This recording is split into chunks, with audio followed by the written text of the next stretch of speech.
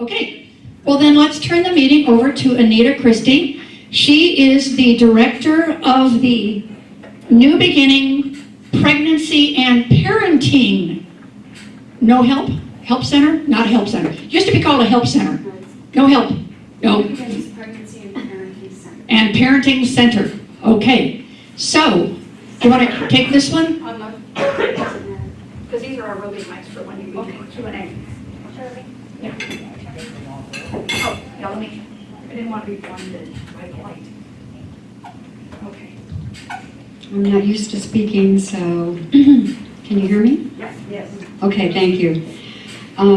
So good evening. I'm seeing a lot of old friends here because I used to come to the Payson tea parties. I've been really busy lately. So I was going to thank Janelle for inviting me to speak with you this evening to the Payson Tea Party about born and unborn babies and their precious families. My name is Anita Christie, and I'm the manager of New Beginnings Pregnancy and Parenting Center here in Payson. Before I assumed that position, I was a lay counselor for 2 years. I'd like to introduce and acknowledge Lori Mills, who was recently appointed to our board of directors. So we now have, yes, a wonderful addition. We now have 7 directors, which fulfills our maximum. I'd also like to introduce, but she's not here yet, Lori Thompson, who should be coming in. She's a lay counselor, fairly new, but she's doing an absolutely wonderful job there. Our board president is here tonight, Darlene Yonker. She is a wonderful leader. She has carefully and professionally guided our ship. Her judgment and temperament are exactly what have been required in making New Beginnings the success that it is becoming. And I also met for the first time Sharon King, who is a former director of New Beginnings Pregnancy and Parenting Center. I'd like to acknowledge Brenda Barton, who was a former House in the House of Representatives, and I'm going to be speaking to some Arizona laws that are absolutely wonderful, and I suspect that Brenda had a role in approving those and passing those. So I'm here to give you a presentation about New Beginnings and to ask you to consider volunteering at our center for half a day a week. We need receptionists and lay counselors any day we are open, which is Tuesday, Thursday, and Saturday. We do not require a professional background. All of our volunteers are pro-life, Christian, and have a heart for our ministry. The Payson Christian Clinic is also in need of front office staff, and please let me know if you're interested. The clinic provides prenatal care to many of our clients. Also, we are working with the Knights of Columbus, who wish to donate ultrasound equipment to us, but it must be housed and under medical direction. The Christian Clinic has offered to do that for us, so hopefully the Knights will approve. Lori, she's doing the slides for me. Yeah, okay. Is that clear enough? Okay. So New Beginnings Pregnancy and Parenting Center is a Christian-based, pro-life, nonprofit organization represented by volunteers who provide unconditional acceptance and assistance to women, men, teens, and families who are experiencing planned and unplanned pregnancies. Our free services are also provided to all mothers, fathers, grandparents, as well as teenagers, and client information is held in strict confidence. New Beginnings has been serving the Payson community since 1994. We're located in the same building as the Payson Christian Clinic, across from the hospital.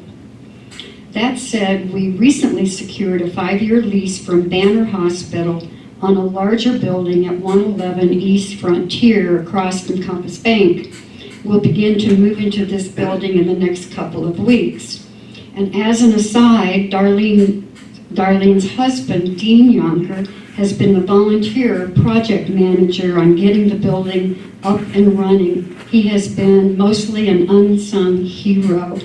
Both he and Darlene have found the very best deals possible on paint, carpet, you name it, and many volunteers to do the work.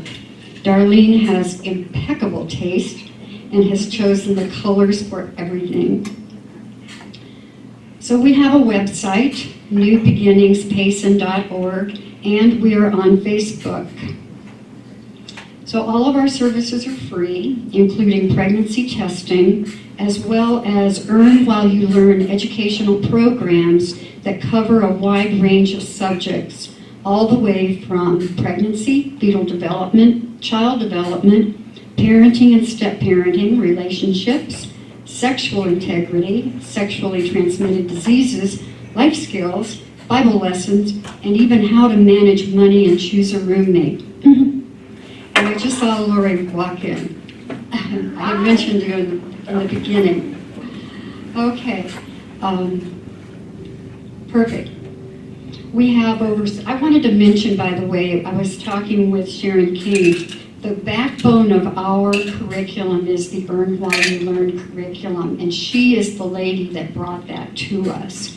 And we update it regularly. It's been a wonderful, wonderful program.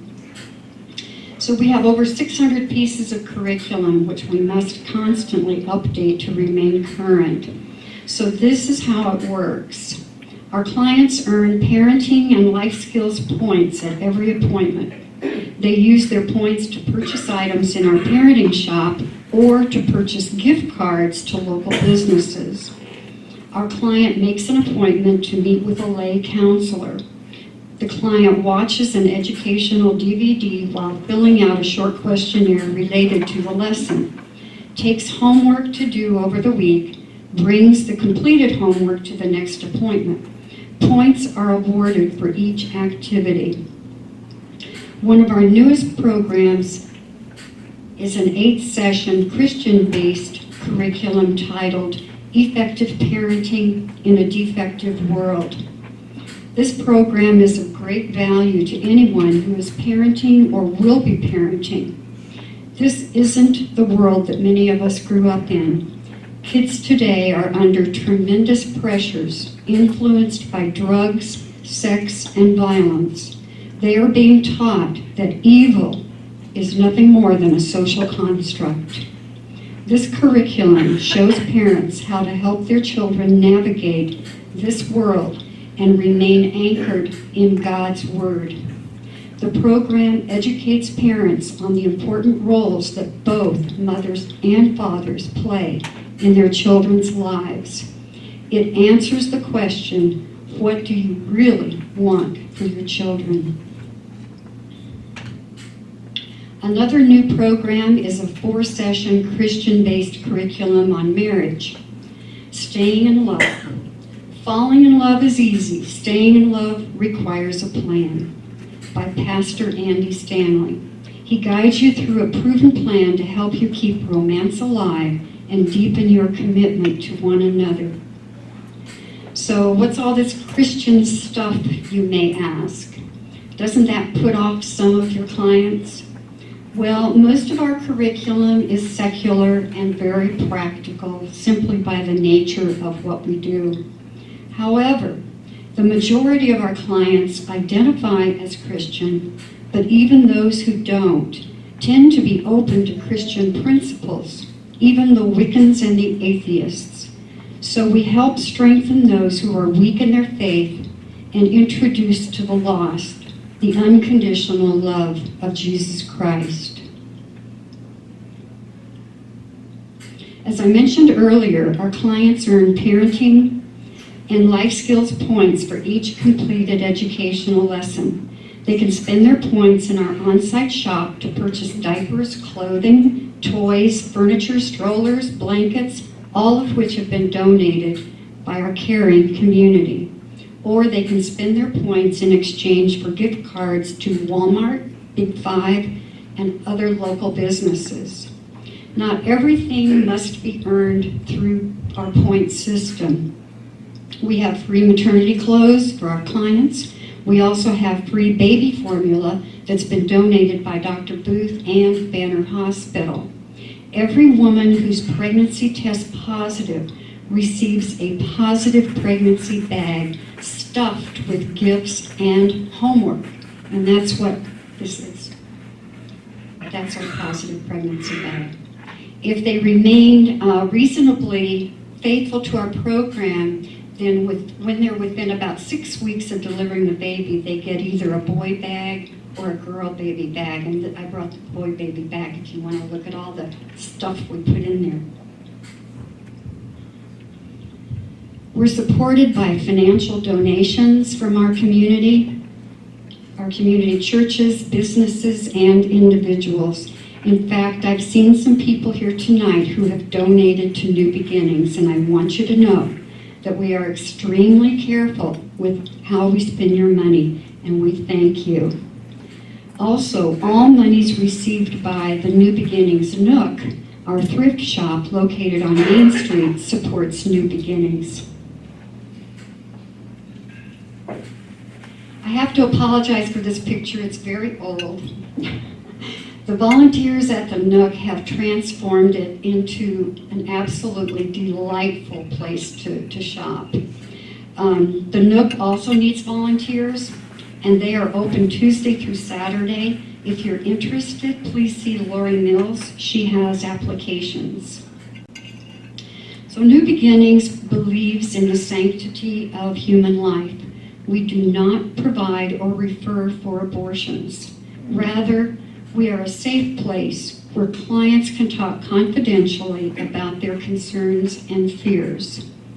With care and compassion, we tell the truth about abortion procedures and risks. So how are things on the battlefront? There's good news and there's bad news. And I'm going to give you the bad news first, so bear with me. Abortion. It's a sensitive topic. It's also absolutely critical that in the name of God Almighty, I talk about it. Because it truly is a Holocaust happening on our watch. But first, please remember this. Bottom line, our job at New Beginnings is to reflect the love of Jesus Christ. So this next statement is very important. For anyone who has experienced abortion, God's mercy is great. His forgiveness is full. I'm sure there are people in this room who have been touched by abortion. You, a daughter-in-law, a niece, a granddaughter, a girlfriend, a wife, a sister, a good friend, someone. Joseph Stalin is credited with saying, "The death of one man is a tragedy. The death of millions is a statistic." But Stalin's regime murdered as many as 43 million non-combatants. But Stalin was wrong. Every death of a preborn baby is a tragedy. I'm going to give you some numbers, not statistics. Statistics are nameless. The book of Numbers in the Bible refers to a pair of censuses of 2 generations of Israelites, the generation that left Egypt and the generation who made it to the Promised Land. God knew all their names. So here are the staggering numbers. In the United States, over 61 million preborn babies have been murdered in the womb since 1973. God knows the name of every child who has ever been aborted. So with this in mind, let us now make our visit to today's Chamber of Horrors, the womb, because that's what it has become for over 61 million American babies.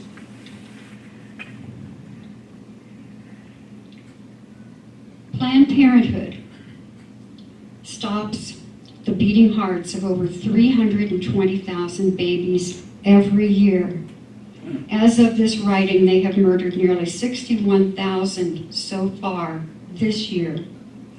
Planned Parenthood isn't the only organization that murders preborn infants. So far this year, over 164,000 babies have been murdered in the United States by abortionists.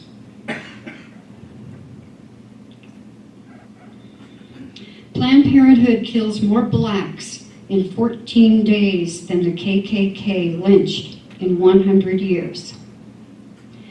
Planned Parenthood isn't the only organization that kills black babies. Minority women constitute only about 13% of the female population ages 15 to 44 in the United States, but they underwent approximately 36% of the abortions. According to the Alan Guttmacher Institute, black women are more than 5 times as likely as white women to have an abortion. On average, 1,876 black babies are aborted every day in the United States. Abortion is responsible for more deaths in the black community than AIDS, violent crime, accidents, cancer, and heart disease combined. Abortion is the leading killer, with forceps chemicals and other devices. Black genocide is so prevalent, more black babies are aborted in New York City than are born. There is no single group that kills more black Americans than Planned Parenthood. In fact, they recently tweeted this. If you're a black woman in America, it is statistically safer to have an abortion than to carry a pregnancy to term or give birth. Can you imagine President Trump saying that? Even the hashtag reads, scary stats. So the next time someone calls you or any white conservative Republican a white supremacist racist, provide them with those facts and this truth. Abortion is the most lethal form of racism. It's the Democrat Party that supports murdering blacks. The Republican Party fights to save them. Unfortunately, on February 25 of this year, the United States Senate defeated a Born Alive law similar to ours in Arizona. Assisting a newborn struggling to breathe has nothing to do with a woman's body or her health. So, okay, that's the bad news. So what could possibly be good? Well, there's a lot of good news. Young people. There are more pro-life organizations across the United States than ever before. Students for Life chapters exist on many university campuses. They call themselves the pro-life generation. If you want to give to a local organization, give to us. If you want to give to a national organization, give to Students for Life. They are infiltrating the campuses all across the country. The American Center for Law and Justice fights in court on behalf of the unborn. There are more pregnancy centers opening up all across America. Brett Kavanaugh was confirmed as our most recent pro-life Supreme Court justice. In fact, if you're wondering why New York, Virginia, New Mexico, and a whole bunch of other states are passing new laws relating to abortion, it's probably because the pro-abortion, pro-death organizations are so afraid that Roe v. Wade is going to be overturned and abortion laws will revert to the individual states. And speaking of the states, Arizona. In January of 2018, Americans United for Life noted in its annual report that when it comes to passing pro-life legislation that protects women and unborn children, Arizona was named the most pro-life. Number 1.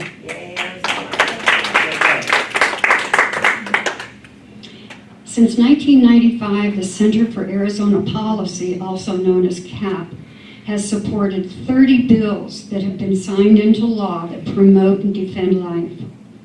For most of the regulations, CAP has played a leading role in seeing them enacted into law. Protecting the lives of preborn children and vulnerable women is a top priority for CAP. And here are some examples of Arizona's laws. We have a statute that forbids an abortion on a minor child without the notarized signature of a parent or guardian or through authorization by a judge at the Superior Court. We have statutes that state no hospital or healthcare worker may be required to perform an abortion. All healthcare workers may uphold their religious beliefs about abortion, medication, and emergency contraception without compromising their jobs. We have statutes relating to the abortion clinic regulations that require abortion clinics to be licensed medical facilities that meet basic health and safety standards. A statute that requires doctors who perform surgical abortions to have admitting privileges at a hospital within 30 miles of the abortion clinic. Statutes that won't allow physician's assistants or nurse practitioners to perform abortions. In 2017, Arizona's abortion rate reached a new low, 12,533. There were nearly 14,500 in 2011, and these numbers include abortions performed non-surgically, also known as the abortion pill. So you can see from the graph that it has been trending down since 2011, when several Arizona laws began to take effect. Also, the latest reports nationally show that abortion rates are trending down. Remember I said that the states are passing abortion laws afraid that Roe v. Wade will be overturned? Well, they tried it in Arizona. On February 12 of this year, 17 members of our state legislature introduced House Bill 2696. This bill would have repealed Arizona's Born Alive law. The current bill requires any physician or medical professional to treat an infant born alive during a botched abortion the same as any baby born alive. Medical professionals are required by law to do all possible to save the infant's life. 17 legislators attempted to repeal that law, which would have resulted in the certain death of babies struggling to breathe and fighting to live. On February 20, the bill was heard by the House Judiciary Committee. Over 600 members of our pro-life community flooded the halls and the grounds at the state legislature. They killed that hideous bill. Are you aware of the RTS system here? Yes. Yeah, okay. I send out notice. Yeah, so RTS is really how it stands for request to speak. It doesn't necessarily mean that you're going to go down to the legislature and speak. But for a rural community, you can go on if you're signed up with RTS and say, I'm for this bill or I'm against this bill. And that's what I did. So, and I noticed a lot of other people. But anyway, so in addition to the 600 who showed up at the state legislature, there were 357 pro-life citizens who spoke out on the RTS system against the bill. There were only 14 who favored it. So I need to talk to you about the abortion vulnerable woman. You've probably have heard someone say, how can anyone possibly have an abortion and kill their own baby? Don't they know it's a baby? Well, yes and no.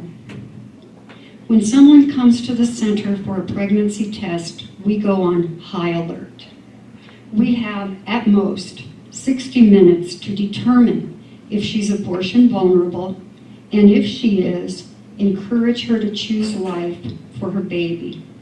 So it's very important that we understand the abortion vulnerable woman, her desperation and panic, and her state of mind. She isn't thinking rationally. We must meet her where she is. By the time a woman knows that she's pregnant, she's usually 6 to 7 weeks into her pregnancy. Her baby can be seen on an ultrasound and is clearly a tiny baby with a beating heart. The abortion vulnerable woman knows this intellectually, or she might believe the lie that her baby is nothing more than a mass of cells. Or she might have manufactured a serious life or death health issue for herself that exists only in her mind, that requires her to abort her baby in order to save her own life. Maybe her boyfriend has threatened to leave her. Maybe he's the sole support and just got hauled off to jail. Or she cannot bear to tell her parents, certain they'll kick her out of their home. She feels like an idiot for not taking precautions. She may be unemployed or virtually homeless. Or she may see the dreams of her education vanishing. She finds herself facing what she perceives is an impossible choice. Her worst fears realized, her life gone, or this tiny entity's life. She is in an abortion pit. So imagine yourself there. It's cold, it's dark, it's lonely, you're desperate, and there is no way you can climb out.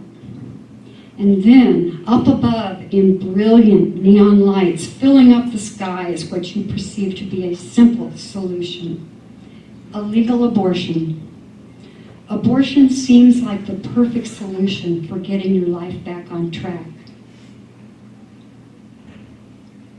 What you don't know and you don't want to face is that your life will never be the same, no matter what you decide to do.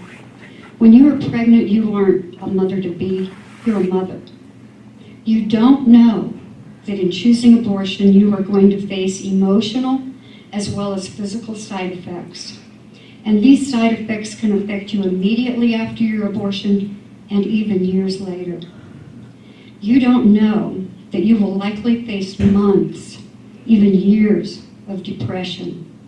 You don't know that the rate of suicide associated with induced abortion is 3 to 6 times higher among women who decide to complete their pregnancies. Studies confirming this data have been conducted in Finland, New Zealand, Wales, America, the UK, and elsewhere. You don't know that when you walk into the abortion clinic, you are thinking it's just a procedure, it's legal, lots of women get abortions. But when you walk out, you realize you just murdered your own baby. It will hit you hard unless you have already handed your soul to Satan, as many women who celebrate their abortions have done. You falsely believe that the worst day of your life was the day you found out you were pregnant. What you don't know is the truth. The worst day of your life will always be the day you had an abortion. You don't understand that if you would just take the time to think it through, the baby growing inside of you is something, someone to live for. That baby could be the best thing that ever happened to you. I know this is true because I've met women whose lives were a hopeless mess, found out they were pregnant, struggled with getting an abortion, but chose life. And now this tiny little baby has turned their lives around. The lay counselors at New Beginnings understand this. We do everything possible to help this young woman out of the pit, step by careful step. Pregnancy isn't the end of her life, it's a new beginning. We want to help her to not make a decision she will regret for the rest of her life. This is why we offer her a combination of generous gifts, a vast array of curriculum that educates and guides her and rewards her for her efforts. We offer honest answers, the medical reality of abortion procedures, the risks, and testimonials from women who have had abortions. We offer an ongoing relationship. We are with her through it all. With continuing loving support, we offer our services and inform her of community resources. We tell her about her greatest resource, Jesus Christ's love for her. Children are truly a blessing sent from God. So I would like to leave you with this biblical truth. The Apostle Luke was a medical doctor and a historian. In Luke 1, verses 39 to 44, he tells about Mary, the mother of Jesus, going to visit Elizabeth, who at the time was pregnant with John the Baptist. The verse reads, "When Elizabeth heard Mary's greeting, the baby leaped in her womb, and Elizabeth was filled with the Holy Spirit." Later, in Luke 2:12, he writes, "And this shall be a sign unto you. Ye shall find the babe wrapped in swaddling clothes, lying in a manger." Luke used the same biblical Greek word, brephos, for John the Baptist, who leaped in his mother's womb, as he did for Jesus, who was wrapped in swaddling clothes, lying in a manger. To God, there's no difference between a baby in the womb or a baby who has been born. They are both the same. Remember what I said at the beginning of my presentation that I wanted you to remember. I said, for anyone who has experienced abortion, God's mercy is great. His forgiveness is full.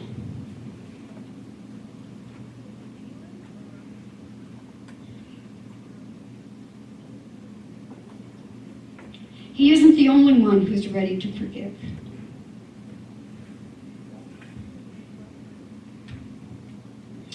This sculpture is called Forgiveness from the Aborted Child.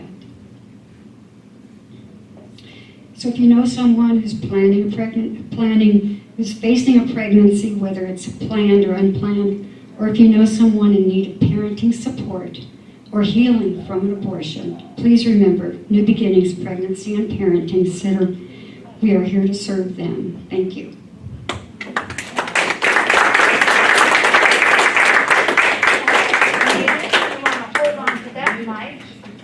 For those of you who are new, we have our rules, you know. I will be on this side. Jerry, you want to be on that side. And we alternate. Raise your hands. You can't ask a question unless you have a mic. And try and keep. Thank you to all the men who stayed here throughout all of this. We really do invite the men to New Beginnings. Anita, how do men come into this? You said, you mentioned men at the beginning. Right. We consider both mothers and fathers to be equal in raising their children. And we recently have a new lay counselor, Brian Goebel. I don't know if anyone knows him, but he is an elder at Mountain Bible Church. And he has started mentoring a couple of men. The scenarios are always a little bit different, but they really need to know how to father their children. And some of them have lost their children to CPS, and they're trying to fight to get them back. And we will do a certificate that explains they have completed this many parenting classes to try to help them. Thank you.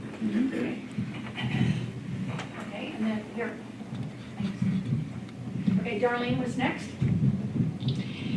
One of the ways that men do become involved is New Beginnings has a very unique ability to draw the men in when their women have been coming.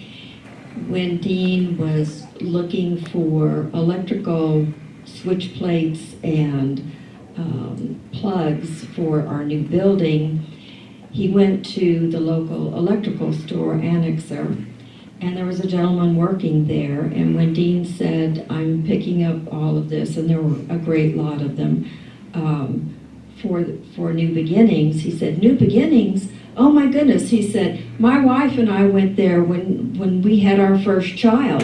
And we didn't buy diapers for the first 6 months of that baby's life. And he was just so excited because he said, we learned all kinds of things. So he went with his wife for all of this parenting classes. So men are very welcome and they're made to feel welcome. Yeah.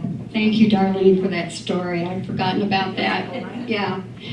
Actually, they never need to buy a diaper, ever. That's true. Okay, anybody over there yet? Nope. This is Michael. So how do you counsel them on adoption during the process? That's kind of rare. That's a whole other topic about how an abortion vulnerable woman feels about adoption. She feels like it's the worst possible thing to do. And I know that sounds really strange, but it's easier for her to get an abortion than to be reminded about this child and start to worry about the child as they get older. I wish that, and adoption is very difficult in the state of Arizona. You can spend thousands and thousands and thousands of dollars.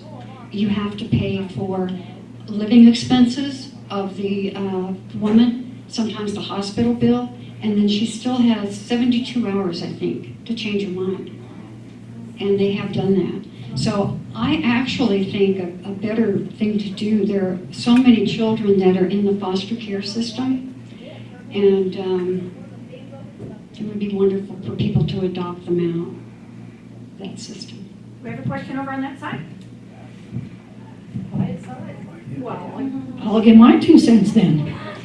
I've had 2 instances as a parent with, 4 kids, actually 5 kids. The oldest stepdaughter had a little boy when she was not even 16 yet. And she was out of our lives because she was living with her, actually had run away from her real mother out of state. The best thing that ever happened to her was having that little boy. And then she came down and lived with us when she had her second little boy. Well, actually she came down to go through the terrible 2s with us, 4 years apart with her 2 kids, because her husband was not quite stable yet. Turned out to be a wonderful, wonderful man. So there's always hope out there, grandparents. The second one was my other daughter, Glendale Unified School District, Glendale, California. The only reason I knew she had an abortion was because I found a bottle of Methergin pills that she threw in the trash. She was taken by the school down to the abortion place for an evaluation to find out she was pregnant. She got to take one of her girlfriends along. When she determined she wanted abortion, then the school signed her out and took her down for the abortion with her girlfriend. And I never knew about it. Did I give that superintendent what for? He was in tears by the time I left, because we would have raised that little grandchild. And that little baby's gone. The third instance was my grandson down in Gilbert. Got to hanky-pankying at church group, after church group I should say. Had a little baby boy, and they did put that little baby boy up for adoption. And now he's living down in Glendale, Arizona. And he's like 6 or 7 years old. We never get to see him, but that was my first great-grandchild. And did he ever grow up fast going through that experience? So, when Christy had little Eddie, it was the best thing that ever happened to her because she was going awry. So 4 of my kids, or my grandkids, have gone through this. And having the baby was the best thing that ever happened to them. So, and they got help. So it was a really great thing. Anybody else? Thank you, Shirley.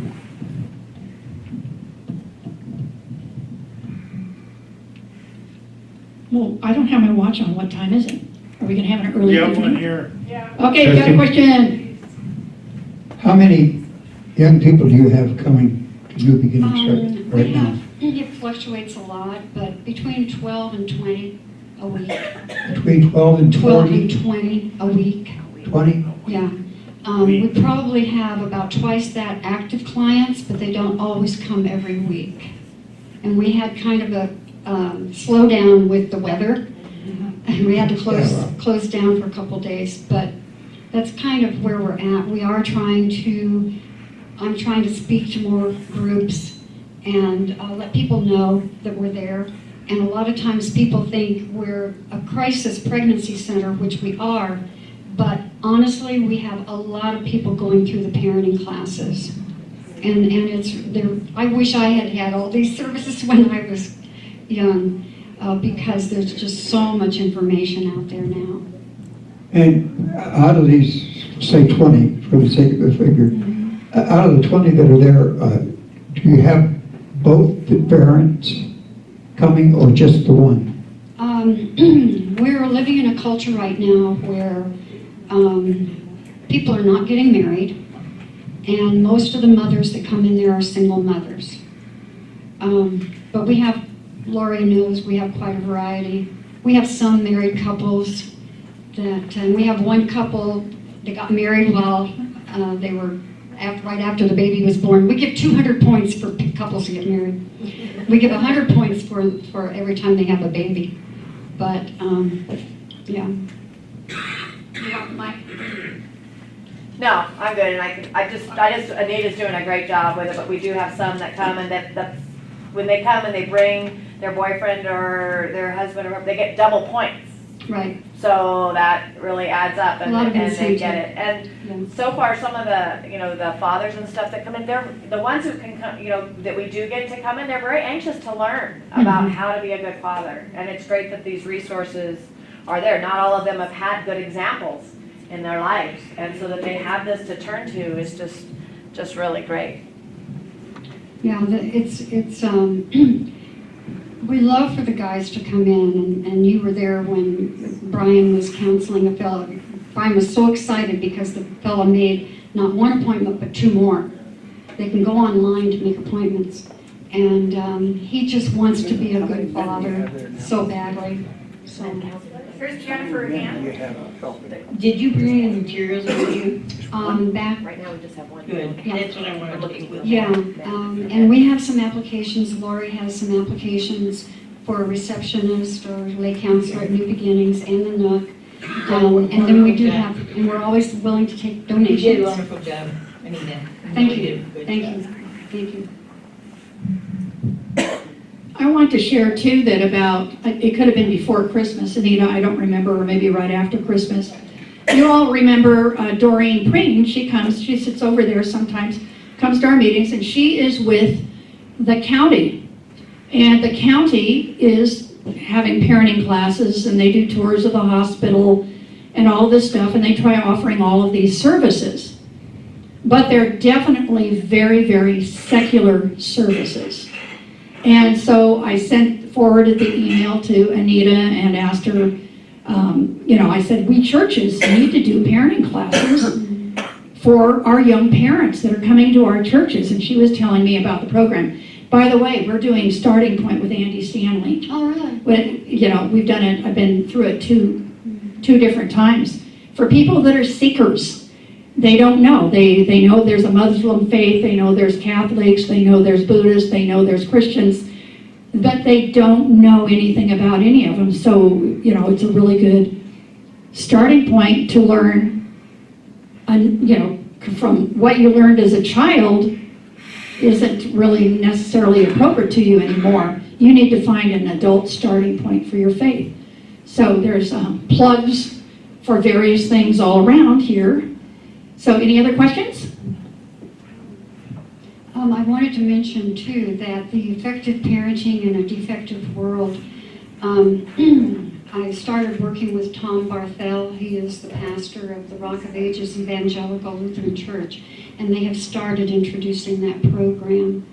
So, yeah, I'm aware of the secular, that reducing the risk, focus on the word reducing. They basically teach kids how to use condoms. And, there's a whole lot of other material that I didn't bring with me, but we have a gold standard for talking to kids about drinking and driving. And we say, don't do it. We don't get them drunked up and take them out and teach them to drive drunk safely. But that's what they do. They have fallen down and said, well, they're going to do this anyway as far as having sex with each other. So let's just teach them how to do it safely. But there really isn't a way to do that outside of marriage safely. So that's a whole other topic, but that's one that we really do work on. Also, the statistics are showing that, I don't know about Payson, but nationwide, kids are not experimenting with sex as much as they used to. And it might be because of all of the sexually transmitted diseases and infections that are out there now, some of which are incurable. Okay, we have Don. Thank you for your presentation. I very much appreciated it. I wanted to ask you, back in the 40s and 50s and 60s, there was quite an attitude, a public attitude of approbation, you might say, for any person who managed to get themselves pregnant. Well, they didn't get themselves pregnant, but you know what I mean, out of wedlock. And I'm wondering if you're still seeing evidence of that today, or is it possible that people are responding to your offerings more readily today because there is not that tremendous looking down upon somebody who does that? I think it's very prevalent that there's a lot of sexual relations, active sexual relations outside of marriage, particularly with the unmarried population. They just don't think it's important. But the way we look at it is every time we reach someone, we change one heart at a time. So we don't really keep track of numbers as much as we celebrate whenever somebody decides to get married. That's a slow process, and a lot of it, I think, is based on the Christian-based pro-life message that we deliver. So we have a lot of literature. I don't know if you've heard of an author by the name of Abdu Murray. He was a devout Muslim, and he's written a book called Saving Truth. It's a wonderful book, and like a lot of other intellectuals and scientists who started to study the Bible to prove it wrong, they were converted. And now he is an apologist, a Christian apologist. But the point he makes has to do with the culture we are in right now. And it's basically, there's his truth, her truth, his truth, her truth, and the truth. And everybody wants to say, well, you can do it however you want to, but I have my own way, and that's why we have all this gender dysphoria going around and all this kind of thing. So we just try to really emphasize biblical principles and hope that we can pull in a lot of those notions that way. I probably more than answered your question. I hope I answered your question. Sounded like it. Okay. I'll listen to it here. I'm a little hard of hearing. Pardon? Okay, here's Don. Done. Another Don. Are you still with Gila Watch? I don't have so much time for Gila Watch. I still have it. I did go out on Gila Watch when I was trying to pass the word around about House Bill 2696. But otherwise, I just don't have time for it. Yeah, That was a real. I still get the emails. It's a lot of good information. yeah, it's been a while. Based on statistics, if you read the roundup, Gila County has one of the highest rates of minor pregnancies of the state. I guess they don't think there's enough to do around here. I don't know. Well, I talked to Dr. Hunt and a couple of others about that. That's primarily southern. The abortion rate in Gila County is not real red hot, meaning it's not good. But according to her, most of that is probably in southern Arizona, which is the Globe area. And some of the, I've talked to Dr. Clough and some other doctors as well, and they concur with that. But it's hard to know, you know, you just can make inferences, you don't really have data. Here's Darlene again. I just wanted to clarify that when Anita says that we use Christian principles, that does not mean that when someone walks into our doors that we hit them between the eyes with the ministry of Jesus Christ. The principles of Christianity is love, acceptance, hope, charity, and those types of things. So even those that are not Christian oriented, we can provide the love of Jesus Christ without actually talking about it all the time. Yeah, that's right, exactly. I didn't, you know, hope I didn't give you the impression that we bang people over upside the head with Christian Jesus. We don't at all.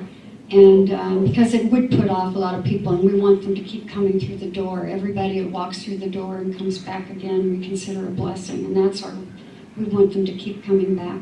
And we just reflect the love of Jesus Christ to all of them. Hey, anybody else? A little after 7 o'clock.